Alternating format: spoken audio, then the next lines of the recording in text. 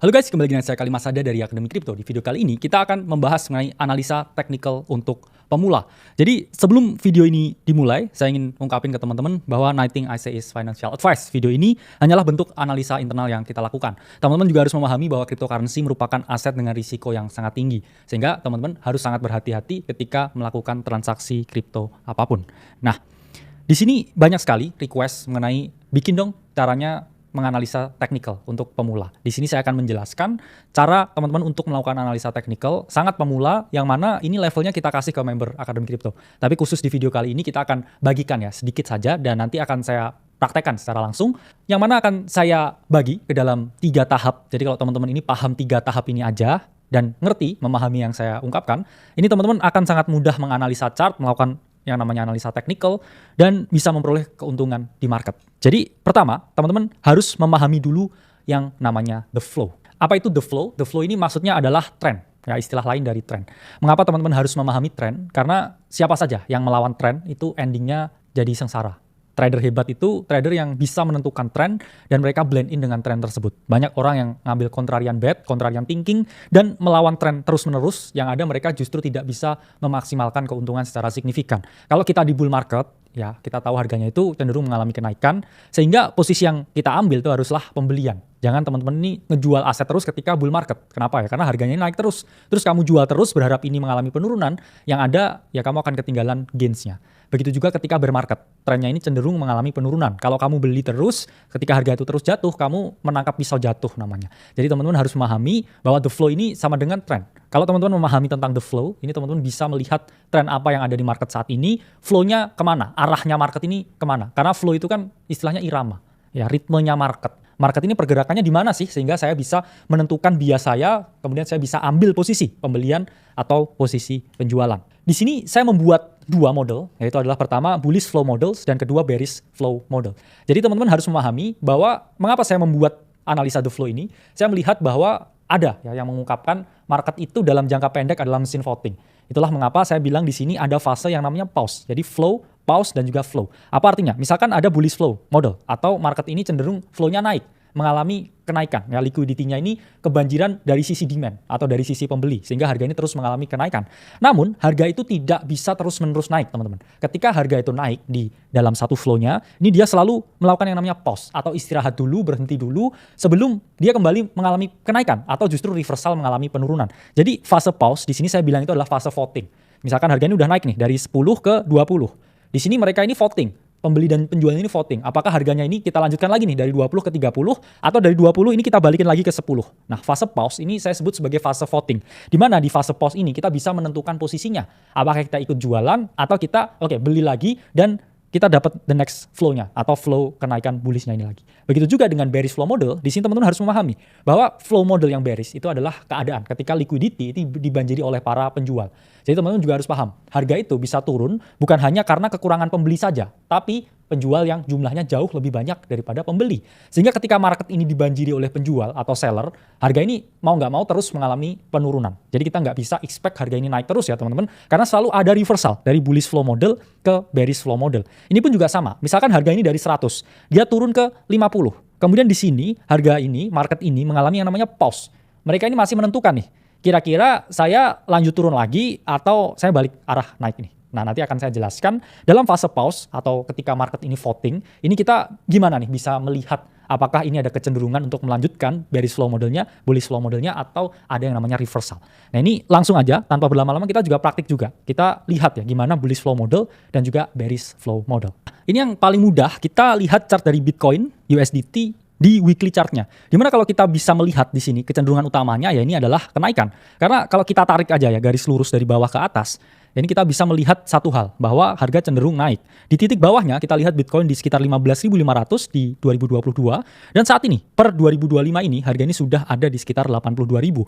Artinya harga ini mengalami kenaikan. Jadi kita bisa melihat di sini ada bullish flow model. Kalau kita lihat ya, market ini juga sama, teman-teman. Di sini dia mengalami kenaikan nih, ya. Ini kenaikan. Nah, kemudian setelah dia mengalami kenaikan, dia di sini pause dulu, ya. Pause ini apa? Artinya dia tidak melakukan apa-apa, ya. Setelah dia mengalami kenaikan, di sini pause ya. Ini flow, ya. Terus ini pause lagi di sini. Dia diam, oke? Kemudian dia melanjutkan lagi, yang namanya kenaikan lagi, ya. Flow lagi. Nah, terus kemudian di sini, ya dia pause lagi, ya. Atau voting dulu marketnya ini kira-kira mau dibawa naik lagi atau enggak ya. Jadi sesimpel itu ya. Kalau kita melihatnya di sini dia flowing lagi nih. Oke. Nah, di sini dia juga pause lagi. Nah, di sini pun kita juga bisa melihat ya flow lagi dan sekarang ya ini market lagi pause atau voting lagi nih. Kira-kira harga ini mau ditarik turun ke bawah atau Bitcoin akan melanjutkan lagi flow-nya untuk sisa cycle ini hingga sampai 120.000 atau lebih ya. Jadi teman-teman ini bisa kelihatan ya bahwa selalu ada yang namanya flow, pause, flow, pause, flow, pause, flow, pause, dan possible flow lagi. Kalau trennya nggak berbalik arah. Begitupun juga sama ya teman-teman. Kalau lihat keadaan ketika bearish ya, di sini pun juga flow ya, di sini pause ya, dia flow lagi, di sini pause lagi ya, kemudian flow lagi, baru dia mengalami yang namanya reversal. Jadi teman-teman harus memahami bahwa saya hanya melihat dua tren ya. Jadi saya seorang penganut Do teori ya atau aliran technical analysis klasik. Saya tidak mau terjebak di dalam no trend atau keadaan sideways. Saya cenderung membatasi trade saya ketika keadaan itu sideways dan saya melihat the bigger trendnya ini kemana. Jadi itu adalah penerapan ya teman-teman tentang bullish flow model ya. Jadi istilahnya selalu naik, turun, naik, turun, naik. Dan keadaan ya ketika harga ini masih dalam fase turun ya atau dia nggak rally, itu saya bilang sebagai fase pause, di mana market di sini melakukan yang namanya vaulting sebelum dia kembali mengalami kenaikan. Jadi disinilah ya kesempatan teman-teman kalau mau memposisikan diri ya gitu ketika harga ini sedang pause, harga ini nggak naik. Kenapa? Karena kalau teman-teman ini chase the pump dan melakukan pembelian nih di sini ketika harga itu bergerak, ada potensi teman-teman harga ini mengalami yang namanya koreksi. Dan nanti kalau ditarik dulu, terus harganya ini mengalami penurunan, yang ada teman-teman malah panik dan merasa bahwa wah harga ini turun nih, kapan bisa kembali ke entry saya. Jadi saya selalu menyarankan teman-teman ini untuk melakukan pembelian ketika ada fase pause ya, atau ada fase koreksi sementara sebelum dia kembali mengalami kenaikan. Nah, selanjutnya saya akan menjelaskan bahwa di fase pause atau ketika harga ini berhenti dan ada ya quotes on quotes mesin voting. Kira-kira harga ini mau dinaikkan atau diturunkan. Di sini selalu ada fase di mana kita sebutnya sebagai area manipulasi. Atau para market maker, para smart money ini biasanya menjebak para penganut technical analysis yang masih konvensional. Di mana ada ya keadaan di mana para smart money ini membuat jebakan. Biasanya harga ini dibuat dulu turun di bawah area supportnya baru dia kembali mengalami kenaikan. Begitupun juga dengan keadaan ketika dia ini cenderung turun. Harga ini biasanya diangkat dulu di atas zona resistance, kemudian dia dibanting ke bawah. Fungsinya apa? Ya fungsinya adalah untuk menjebak para retail. Karena retail ini kecenderungannya selalu ketika harga ini breakdown di bawah support, mereka ini justru melakukan penjualan. Tapi para smart money ini mereka mengisi order mereka ya, melakukan pembelian di area bawah, dan ketika harga reverse ke atas ya setelah membunuh banyak sekali stop loss dari para retail, ya ini mereka memperoleh kenaikan harga yang cukup signifikan. Jadi di dalam bullish flow model dan juga bearish flow model itu saya selalu sebutnya ada yang namanya the grab. The grab itu adalah keadaan ketika ada fase pause dan harga justru seakan-akan ya ditarik ke bawah, membuat orang berpikir habis naik nih flow-nya, upflow, dia pause terus turun nih. Orang akan berpikir di sini ada reversal dan kemudian V-shape. Ya, istilah lain untuk the grab ini adalah deviation, ya, manipulation zone, atau kita sebut sebagai area SL hunt atau stop loss hunting, atau biasanya kita sebut sebagai liquidation event ya, sebelum harga ini kembali mengalami kenaikan. Nah, ini contohnya ya, teman-teman. Kalau kita lihat di Bitcoin pun ini banyak sekali ya terjadi yang namanya likuidasi event ya, event liquidation, atau saya sebutnya sebagai the grab. Misalkan dari sini ya, kita bisa ngomong, nah ini ada upflow atau kenaikan harga ya dari sini. Nah, ini kenaikan harga. Oke. Kemudian di sini ya, ini kalau teman-teman melihat ini adalah fase di mana harga ini mengalami yang namanya konsolidasi nih di sini ya. Nah, teman-teman bisa lihat nggak kalau teman-teman gambar support di sini ya, ini adalah area manipulasi yang sangat amat signifikan ya di sini. Nah, ini biasanya ketika orang lihat upflow terus harga turun di sini, orang mikirnya apa? Wah, ini market akan lanjut turun nih. Akan lanjut turun kemana? Ya biasanya orang-orang mikirnya dia akan tes lagi range bawahnya sini. Namun apa yang terjadi ya dengan the grab? Harga justru mengalami yang namanya V-shape recovery. Dia V-shape kembali ke area utama ya, return to origin, dan boom, mengalami kenaikan. Begitupun kalau kita bahas ya, banyak sekali ya potensi the grab ini. Di sini pun juga sama ya. Ini juga keadaan di mana ada liquidity hunt ya, atau proses hunting liquidity, break below support, dan kemudian dia melakukan V-shaping kembali ke atas. Ini pun juga sama ya. Kalau kita ngomong konsepnya di Bitcoin atau market crypto lain, ini bisa teman-teman terapkan ya, bahkan di altcoin juga. Ini juga keadaan di mana ada yang namanya the grab atau manipulasi. Orang kalau lihat ya weekly chartnya di sini ya, ini pasti mikir it's over ya. Namun kemudian harga ini mengalami V-shape ya, kembali naik ke atas. Ini pun juga sama ya, di dalam range ini ya, ini pun juga ada stop hunt yang sangat saya bilang ya manipulatif ya di sini. Orang akan berpikir harga ini turun, jatuh ke bawah ya, tapi dia malah V-shaping rally ke atas. Jadi teman-teman harus paham ya, di market crypto itu selalu banyak manipulasi sehingga teman-teman juga harus berhati-hati ya untuk menentukan posisi. Jangan sampai teman-teman jadi bottom seller atau mereka justru short position di sini. Mikirnya ini breakdown dan Bitcoin drop ya ke bawah 40.000 tapi malah V-shaping ya, liquidity rendah. Orang-orang yang pasang long di sini stop loss-nya ke likuidasi dulu dan harga itu kembali mengalami kenaikan yang signifikan. Teman-teman udah memahami mengenai the flow, selanjutnya saya akan ajari mengenai the pattern.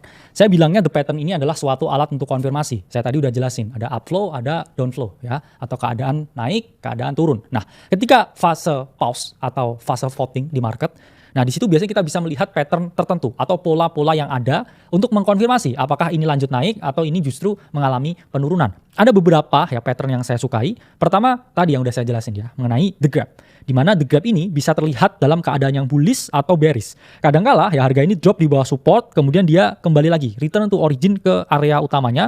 Dan di sini teman-teman bisa mengambil posisi long on reclaim atau ketika dia udah break above ya, di sini teman-teman ambil posisi long dan target ya range high-nya. Begitu juga ketika harga ini cenderung turun dan dia mengalami yang namanya bearish ya, the gap, dia seakan-akan akan reverse ke atas tapi dia justru mengalami penurunan, teman-teman bisa melakukan yang namanya short on reclaim atau teman-teman short ketika harga ini turun ya, dan targetnya yaitu adalah low di bawah sini. Jadi ini adalah bullish the gap dan juga bearish the gap yang sudah saya ajarin ya ke teman-teman. Jadi kalau kita lihat ya, balik lagi chartnya seperti ini ya, ini bullish the gap, ini pun juga bullish the gap. Keadaan di mana harga ini dijebak ya teman-teman untuk mengalami seakan-akan penurunan. Jadi kalau dia dalam keadaan upflow atau mengalami kenaikan dan kemudian ada support yang seakan-akan terjebol seperti ini, saya bilangnya adalah bullish the gap. Ini ketika dia harga ya kembali ke range-nya lagi, ini adalah konfirmasi untuk melakukan pembelian sama seperti ini ya. Jadi teman-teman buy ketika harga ini kembali ya ke area origin-nya di sini ya. Ini adalah kecenderungannya buy. Nah, teman-teman bisa beli nih di sini ya ketika harga ini udah masuk lagi ya ke dalam range-nya. Jadi ini adalah keadaan ya, atau skema atau skenario di mana teman-teman long on reclaim. Nah, pattern kedua ya, ini biasanya saya lihat sebagai pattern continuation juga. Itu adalah bullish bouncing ball, di mana ada kecenderungan nih di market crypto, di mana harga ini karena skema pump and dump itu banyak sekali di market, harga ini biasanya breakout ya, menembus trend line-nya dan kemudian dia slowly decreasing in price and volume. Jadi kemudian setelah harga ini naik, dia mengalami penurunan bertahap sesuai dengan volume yang mengalami penurunan. Dan ketika harga ya ini retest di wedge-nya, ini teman-teman bisa melakukan pembelian. Begitu juga ya di sini ketika harga broke below, harga ini biasanya slowly ya increase in price and decreasing in volume. Dan di sini teman-teman bisa ambil potensi ya untuk melakukan yang namanya short selling. Karena ini adalah pattern-pattern yang sering sekali ya terjadi di market crypto dan ini adalah cenderungan ya untuk adanya continuation. Selanjutnya ya teman-teman, ini adalah pattern favorit saya yang hampir selalu saya tradingkan ya, terutama ini adalah bullish triangle revival. Apa ini bullish triangle revival? Ini adalah pattern pembalikan arah yang sangat sering terjadi ke berbagai altcoin yang ada di market. Biasanya harga ini mengalami penurunan setelah harga ini melakukan ICO atau setelah listing ya di CEX. Kemudian orang-orang biasanya di sini jual ya airdrop mereka, terus harga boom turun 50%, 60% dan kemudian dia ini sudah jenuh mengalami penurunan. Baru setelah dia jenuh mengalami penurunan ya, dia mulai membentuk nih di sini area support melalui lower wedge-nya dan ini adalah kesempatan kita ya untuk melakukan pembelian sebelum dia mengalami yang namanya big breakout. Nah, ini chart dari IP atau story protocol yang mana kalau teman-teman ngomong ya, dia di hari perilisan 13 Februari dia mengalami penurunan cukup dalam penurunannya. Kalau kita lihat dari area atasnya, IP ini mengalami penurunan sampai 55%. Dan ini yang saya sebut sebagai ascending revival ya. Setelah harga ini mengalami penurunan ya, dia kemudian mengalami fase yang namanya proses ya recovery harga, teman-teman. Nah, di sini ini ada kecenderungan teman-teman ini bisa melakukan pembelian ya. Kalau kita lihat di sini ada flat resistance ya. Ini adalah pattern favorit saya ya. Harga ini biasanya ya dikasih turun dulu ya, kemudian dia seperti senyuman ya, senyuman joker kalau kita ngomong. Nah, di sini area bawah ini adalah area di mana kita melakukan yang namanya pembelian ya. Jadi kita buy on the low area sebelum harga ini berpotensi mengalami yang namanya revival ya. Jadi kalau kita ngomong ya, ini IP, ini contohnya bullish triangle revival ya. Ini kita melakukan yang namanya pembelian dan kita bisa place ya a long position atau kita ngomongnya posisi pembelian nih ya, teman-teman, di area bawahnya ya. Terus stop loss-nya kita bisa set ya di bawah area low-nya ya. Jadi kita identifikasi swing low-nya di mana dan kita bisa let the profit run. Ini kalau kita pasang ya di sini, ya ini gede ya breakout-nya, gede sekali. Nah, ini bisa teman-teman dapatkan yang namanya risk to reward ya, 1:20 ya, 1:15 ya, tergantung setup trading yang teman-teman miliki ya. Jadi kita juga call ya story protokol di Akademi Kripto ketika harganya ini di 1,5 ya kalau nggak salah dulu. Nah ini nih bisa kita lihat ya di bagian kanan mengenai riset-riset ya yang kita kasih nih. Nah ini ada story alias IP ya, yang mana kita waktu itu call ya teman-teman masih di harga 1,75 ya, dan ya sekitar di sini ya bawah. Jadi kita identifikasi waktu itu ada yang namanya pre-breakout pattern ya.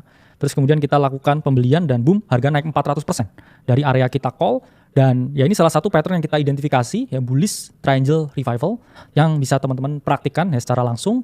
Jadi pada dasarnya seperti ini ya teman-teman, harga ini mengalami penurunan, kemudian dia akan mengalami yang namanya revival seperti ini sebelum ya harga ini mengalami breakout ya, atau kita ngomongnya ini senyuman joker nih. Biasanya di sini ya orang udah happy dengan keadaan take profit. Nah, di sini adalah area ya di mana kita melakukan ya pembelian sebelum dia ya ini melakukan big breakout. Tapi kita juga harus memahami nih ya, ketika harga di sini going up di bawah sini ya, kita juga harus melihat nih ya volume yang juga ya mengalami kenaikan ya, volume di bagian bawahnya.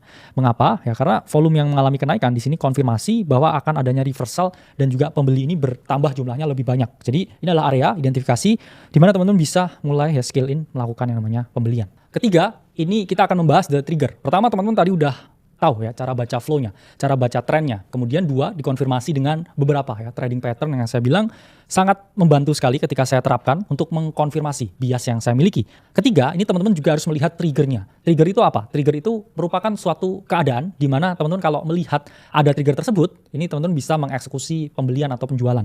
Kalau kita ngomongin trigger itu biasanya ada dua ya. Pertama dari candlestick pattern, kedua juga dari indicator. Tapi di sini akan kita fokusin ya membahas mengenai indicator. Karena kalau candlestick pattern teman-teman udah banyak belajar ya. Misalkan ketika ada hammer, cenderung ada penolakan harga dan harga ini udah nggak mau turun lebih bawah sehingga dia ada potensi mengalami kenaikan. Kalau misalkan ada shooting star ya, itu adanya rejection atau harga bisa mengalami penurunan. Nah, di the trigger ya ini teman-teman juga bisa memahami nih beberapa the trigger yang saya gunakan.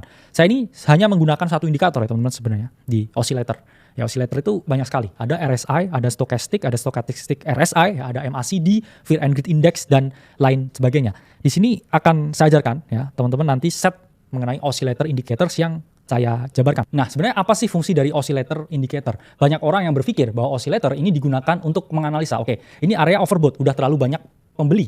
Biasanya ada kecenderungan turun. Oke, ini area oversold, udah terlalu banyak penjual sehingga harga cenderung mantul atau rebound, mengalami kenaikan. Tapi saya melihat ya bahwa indikator oscillator ini bisa teman-teman gunakan untuk melihat yang namanya divergent. Dan saya pun selalu menggunakan divergent. Divergent ini adalah perbedaan antara harga dan juga oscillator.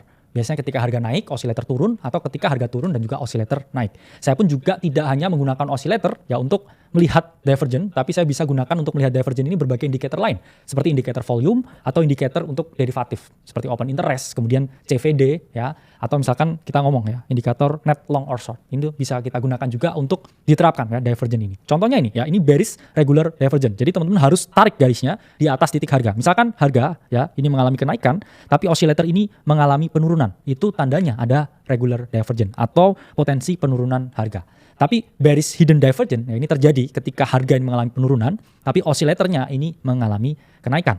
Dan kita juga bisa ya bullish regular divergent atau biasanya ketika harga turun ya, di sini harga ini udah mulai mengalami penurunan ya, tapi oscillator ini mengalami kenaikan. Ini pun juga bisa teman-teman jadikan suatu pertanda ya, waspada harga akan mengalami yang namanya reverse dari turun ke naik. Dan teman-teman juga bisa melihat ya bullish hidden divergent ya, atau keadaan di mana harga ini membuat yang namanya higher low, mengalami kenaikan, tapi oscillator ini cenderung turun. Jadi kalau tadi saya mempraktikkan ya yang namanya bullish triangle revival, ini teman-teman juga bisa melihat nih apakah ada bullish hidden divergent atau enggak. Jadi kalau saya pribadi ini pakai indikator apa ya, saya hanya pakai satu ya teman-teman, simple, yaitu adalah stochastic ya. Ini bisa teman-teman type in di sini ya, dan kita bisa ya setting stokastiknya.